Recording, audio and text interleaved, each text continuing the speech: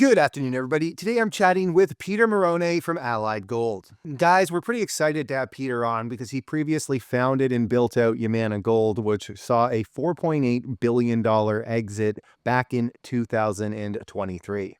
He built the company from the ground up, doing M&A along the way, eventually getting up to over 1 million ounces of annual gold production. So we touch on some topics that I think Peter has unique experience to speak about, such as what it's like to raise money on a gold deal in 2024 versus what it was like back in 2005 in the early days of Yamana, as well as if Peter thinks we're currently in a gold bull market. We also get into Allied Gold. We get into a high-level overview of the company and what investors should be expecting out of the company in terms of their long-term vision and what they should expect in terms of milestones for the next year.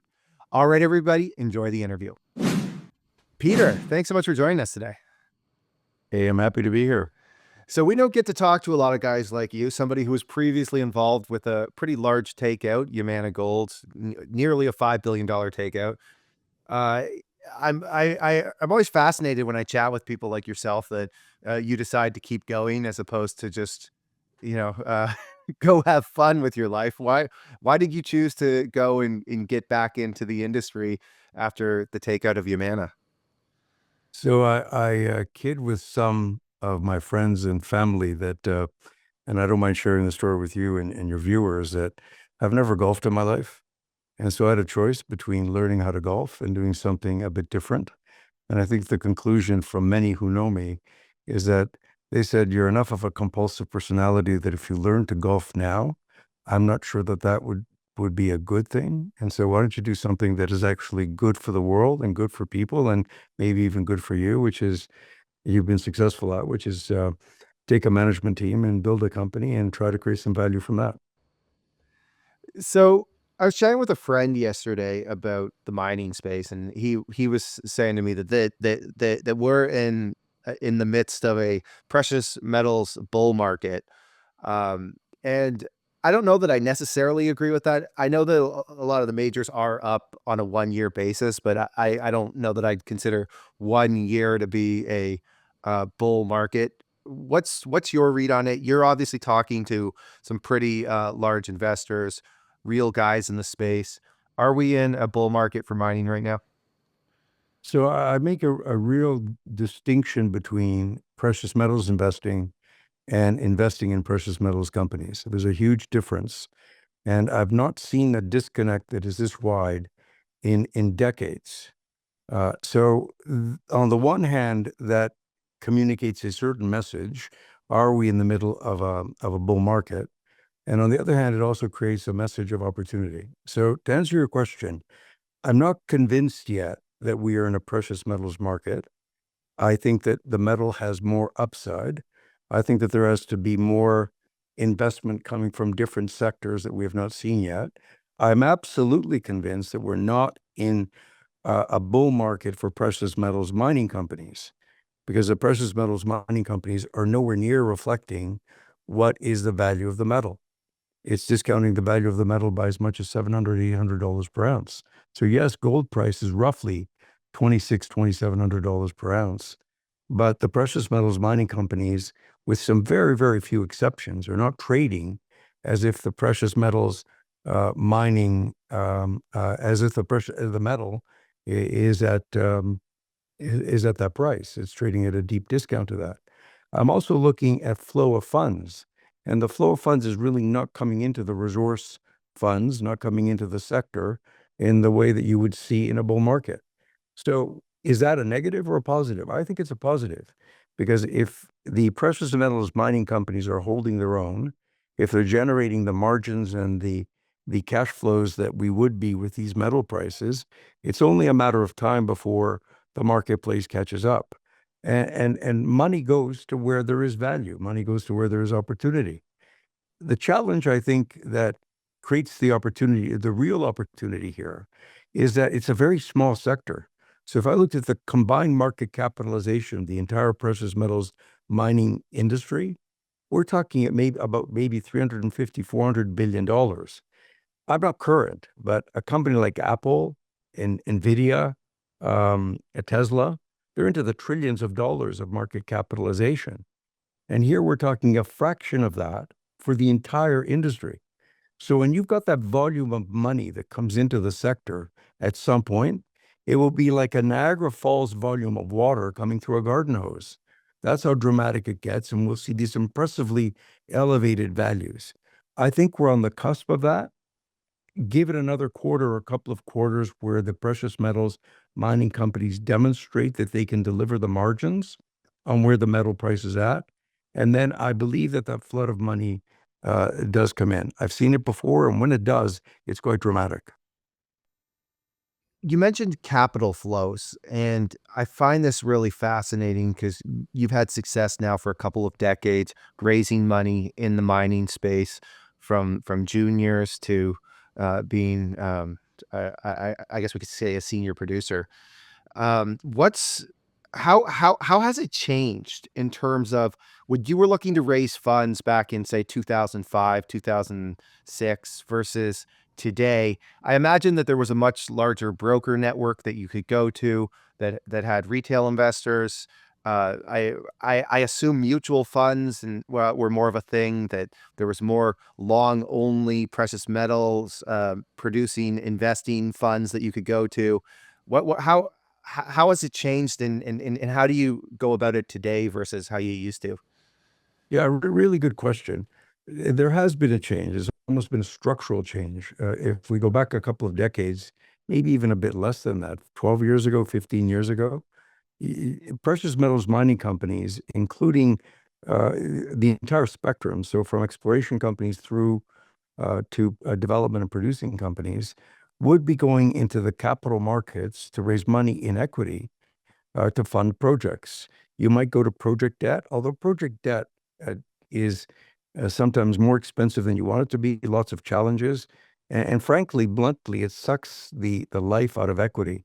There are better ways to finance, and one of those better ways has always been coming to the equity markets. With the number of funds and the available funds in those investors that's available for investment having been diminished very significantly, what we've seen happen, certainly over the last dozen years or so, is streaming companies coming into the business. Streaming companies, I think, have gone from 3 to 22 in my last count. So that number of companies that provide streams has mushroomed. And streaming companies have been the providers of capital. Private equity has been the providers of capital. So that's a structural change that we've seen. And now I'm beginning to see that even the streaming companies, because of the competitiveness of the landscape, what used to be 3 is now 22. The lack of availability of quality managements, quality assets, it seems to me that it's become a competitive landscape, and so the cost of capital with streaming companies has become significantly lower than it used to be. That's really interesting. Um, so it's the first time that we've had you on here. I thought maybe we could get sort of a high level overview for our audience on Allied Gold, what the thesis is here, what the long term vision for the company is. So it's an emerging markets growth story. The company presently produces, last year's production was about 344,000 ounces. Will be incrementally more than that this year, again next year. Where really the hit is out of the ballpark is beginning in 2026. We have 3 producing mines, one in Mali, 2 that we treat as one complex because they're 17 kilometers apart in Côte d'Ivoire, and we're developing a mine that I believe will become a world-class mine in Ethiopia. That mine will produce roughly 290,000 ounces per year, but here's the kicker. It'll produce those ounces at an all-in sustaining cost of below $950 per ounce. And partly the reason for that is because power is very inexpensive. Hydroelectric power, about 96% of power in Ethiopia comes from hydroelectricity, and we're paying 4 cents per kilowatt hour. That's like 1/4 of what you would pay in Canada, 1/2 of what you would pay in Northern Quebec. So it's a pretty decent level of power costs. That plus other factors give us that $950 per ounce. So what is the company? It's a growth company that goes from 343,000 ounces last year, closer to 365,000 ounces this year, closer to 400,000 ounces next year. And the year to follow with the startup of that project, the Kurmuk mine in Ethiopia, that jumps to over 600,000 ounces. We then come back to Mali with an expansion plan that takes the total production 800,000 ounces. But growth to me is not just about the number of ounces. It's the contribution to the bottom line. So if I can get production to go from roughly 400,000 ounces to 800,000, that's a doubling of production. But the contribution to EBITDA and to cash flow is 4 to 5 times an increase. That's where the rubber really hits the road. All of these new ounces are coming in at lower cost with optimizations that we're putting in place at the existing operations. That means that those costs get lowered as well. So the result of all of that is, in a rising gold price, or even at $2,600-$2,700, with an average that we expect to be in the range of, by 2026 and then 2028, in the range of about $1,200, $1,250 per ounce, that's a huge margin. And that's what gives us that contribution to EBITDA and to cash flow that is a multiple of that 100% growth in production. So the approach is growth organically, but we're also keeping an eye on what are the opportunities outside of the company. Yamana went from 84,000 ounces per year to over 1 million ounces per year when we sold it last year. I think we can take a similar approach here, except that we're starting with a better portfolio of assets in Allied that I started with in 2003 with Yamana. What's the opportunity pipeline like in Africa right now? It's like, do you think that there's an opportunity out there that obviously it's not going to happen overnight, but for you to become one of the big gold producers through M&A? Well, we became one of the big gold producers, certainly in the Americas, with Yamana. And so I think the emphasis on Africa now is because that's where I think, and emerging markets more generally, that's where I think there's the juice. That's where I think there's better value. Look, 30% of precious metals is produced in Africa, but the geology is simpler. The mining methods are very conventional. Even the hardness of the rock is significantly less than you find in other developed places for mining, including places like Canada, the United States, and Europe, and certainly even parts of Africa. Most of these are open pit opportunities. So we've just literally started to scratch the surface of precious metals mining on the continent, and it's already 30% of the production in the world. So I think that can only go up. There are some of the best gold belts in the world. Let's look at the Birimian belt, which is where Mali, Senegal, Cote d'Ivoire are, where our Sadiola mine is. Within a 200-kilometer stretch, there are at least a handful of mines that produce between 250 and 500,000 ounces per year. I can't think of a place in the world where you can find that. So the answer to your question is, I think we're gonna stick to the knitting. I think where the opportunity is in Africa. There are a lot of companies that are single asset companies. I think that the investor marketplace is looking for consolidation. And we created a very senior company with 1 million ounces in Yamana from 84,000 ounces.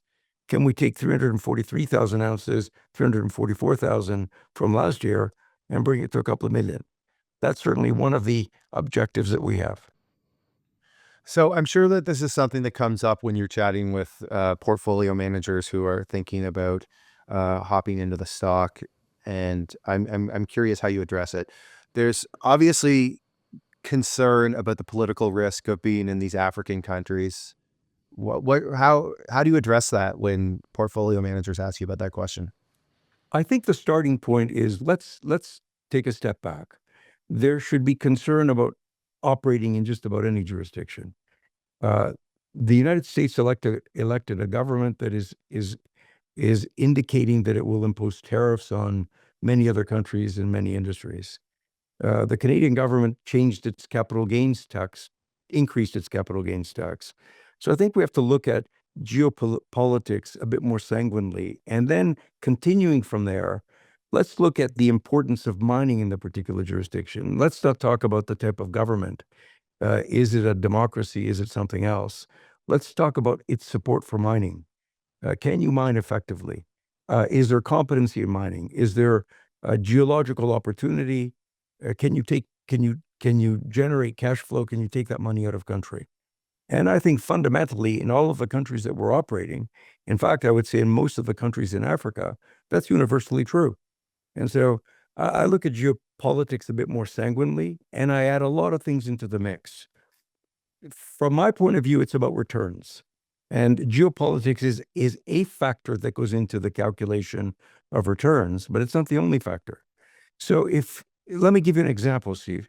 If in a country that is more geopolitically unstable, you can get permitting within a couple of years, but a developed country, it could take decades. I don't know what the permitting process is in Canada, or how long it takes, but it could take anything from 10 years to infinity. That goes into returns. And so I prefer to look at it from the lens of how do I generate a return rather than just a headline of the geopolitical risk. So I'm curious for you as a capital allocator, when you look at, say, purchasing a producing asset somewhere in Africa, and obviously it's for us investors who look at it, we see a number on, an investor deck on a news release. This mine produces 50,000 ounces a year. But for you as a custodian of capital, it's a lot more than that. What is it that you are thinking about when you go and look at an operation to make sure that geology aside, to make sure that it's actually going to operate properly? What are those first things on your checklist when you're trying to do your due diligence to go and look at that asset to say, okay, I believe that this is operating well, or what changes you can make to make sure that it's going to continue to operate well? So, Steve, to answer your question, I can't overlook what you started with, which is geology aside, because it all starts with the geology, right? And if the geology is challenging, that's where the risk exists. It's not about the geopolitics only, it's about many other factors, and one of which is the complexity of the geology, the hardness of the rock, and then we go to the competency of people to be able to mine that particular geology. And the easier the geology, the easier the mining method, the more flexibility you have then to deal with some of the unknowns that are invariably going to occur when you're mining. And so I'd say that it does have to begin with geology, and the simpler the geology, the more opportunity presents itself closer to surface. The type of mining method to be deployed, is it open pit or something else? Rock hardness. These are some of the important factors that go into how you can eliminate some of the variables and some of the risk. But the bottom line, to answer your question, is that this is a business where you're managing risk. And if you could manage risk effectively, then you can deliver on the opportunities. So what are some of those other risks that you think about? Like I've been on some site visits, and I'm always blown away by the amount of people that are involved in operating a large scale production. There's thousands of people working, and there's just so much going on. It could go wrong, that I think about being in your shoes as somebody who's kind of responsible for investor dollars and making sure that everything's operating properly. What are those types of risks that you're thinking about managing? So being properly capitalized, having a strong balance sheet, because if something, a variable that you didn't expect, the unknowns occur, you can manage through it effectively. Look, let me give you an example. There was a power situation in Cote d'Ivoire in the second quarter of this year. We had a choice to make because the load sharing was imposed on industry and on the mining industry in particular, because a couple of thermal plants went down. We had a choice to make, which is, do we run the plant on an on and off basis? That means that it will affect production. We'll get less ounces of production, or do we create an alternative? The alternative being diesel generation. Where do we get the diesel power plants? How many of them do we need? How much does it cost to get them? How much does it cost to mobilize? Because these are big plants, and so we've got to get big airplanes. And how quickly can we get that done? We came to the conclusion that if you're going to lose several thousands of ounces on a month-by-month basis, and you don't know with certainty when this power load sharing will change, then create the backup. And in creating the backup, if we didn't have the balance sheet to be able to do it, that would have presented a problem. We immediately mobilized. We put those diesel generators in place.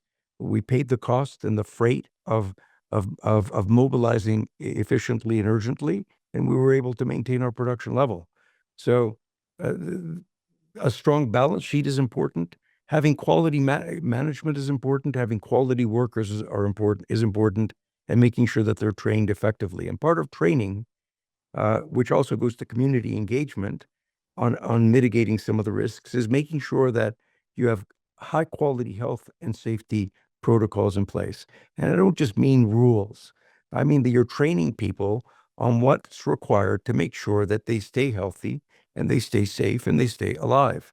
Because the more you do that, the more likely it is that they become engaged, they become invested, their spouses, their children, local communities become invested. If they know that you're caring, then the local community cares as well. It becomes like their operation. They're managing it as if it's theirs. And so, that expression that you don't put your feet on the coffee table at home, it's the same principle, making sure that people understand that this is theirs as much as it is ours. And if you can do that, I think you manage your risks very effectively. Yeah, and it's certainly been a bit of a rough year for the mining world too, in terms of companies that have failed to put in those safety protocols. Just this week, I think we had Torex and Jaguar Mining in the last 7 days that kind of hit the mining world. Uh, P- Yeah. P- Peter, you've been very generous with your time today, and we're really appreciative that you hopped on here. Um, if if I am an investor in Allied Gold, or I have you guys on my watch list as a name. I've seen that you've done this before with Yamana, built it from I think you said 80,000 to over 1 million ounces of annual production, and here you're saying you're starting at a higher baseline, and you're going to build it up even bigger. And I'm going, okay, this is interesting. I like this story. What am I looking out for over the next 12 months if I want to evaluate management and how things are going? What do those sort of milestones look like? So I'm expecting higher production, again, an incremental increase next year over this year and over the previous year. I used last year as a reference point because that's when we went public. We went public in September of last year. So an incremental increase in production, an improvement in the efficiency of operations, an increase in reserves and resources, because, with a $32 million exploration budget for a company our size, that can very meaningfully improve the number of ounces of inventory. And we expect to be at substantial mechanical completion of this project in Ethiopia, Kurmuk, by the end of next year. And that positions us very well for the start of our operations and the delivery of commercial production in the second quarter of 2026. Those are the things you should expect through next year and into a little bit of 2026. Well, Peter, thank you very much for hopping on here. It's very some very good insights from this conversation, and hopefully you'll come back on here in the future and update us as you continue to build out what's going to be a multi-million ounce producer. And thanks for doing this. Listen, I really appreciate it. And Steve, one of the comments that we didn't get to is the value side of things, and I hope that you and your viewers will understand that because of some of the headlines, because we've just started into the process. I saw this with Yamana. Yamana went from $1 per share to $9 per share. We're trading at a discount or a net asset value, a significant one at about 0.2 times net asset value. There's the upside, and that upside then gets multiplied because we're going to continue to find more ounces and continue to produce more and generate more cash flow. And look, when management owns 20% of the stock, you can understand that we're as invested as you are in making sure that we get that share price out. Awesome. Thanks for doing this, Peter. Thank you. All right, everybody. Thank you for watching. If you enjoyed this interview, please smash that like button, subscribe, and ring that notification bell. Also, let us know what you think in the comment section. Thanks, everyone.